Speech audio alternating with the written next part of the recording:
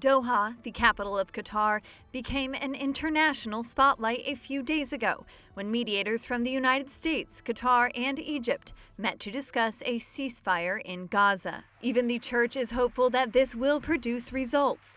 This is what the Latin Patriarch of Jerusalem said during the so-called Rimini meeting. La guerra finirà. The war will end. I hope that something will come out of the ongoing negotiations. I have some doubts, but it's the last train.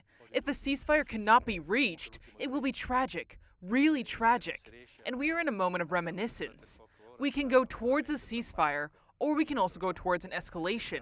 It all depends on the next few days.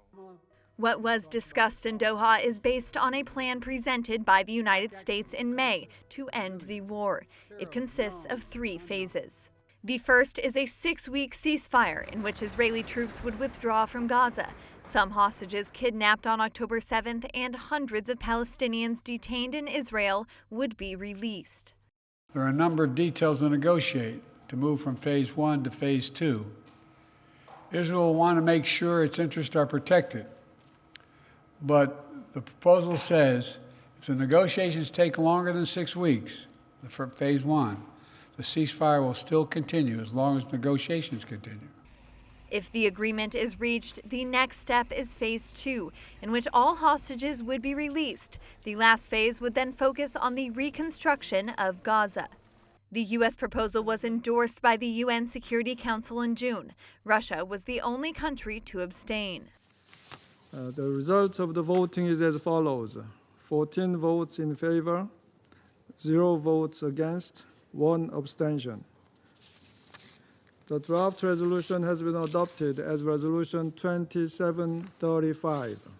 A few days later, it was also supported by the G7 summit, which issued a joint statement after its meeting in southern Italy. And the European Union responded positively, as expressed by 2 of its senior officials.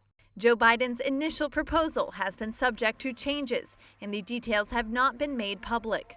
According to the Secretary of State, who traveled to Israel for the 9th time while the talks were taking place in Doha, Israeli Prime Minister Netanyahu accepted the latest U.S. proposal.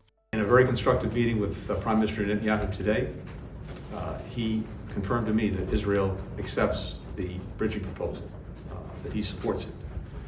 It's now incumbent on Hamas to do the same. Following the statement, Hamas rejected the new terms of the plan discussed in Doha. But there are still areas that Qatar, the United States, and Egypt are trying to mediate. The negotiations are not over yet. They are just switching stages, from Doha to Cairo.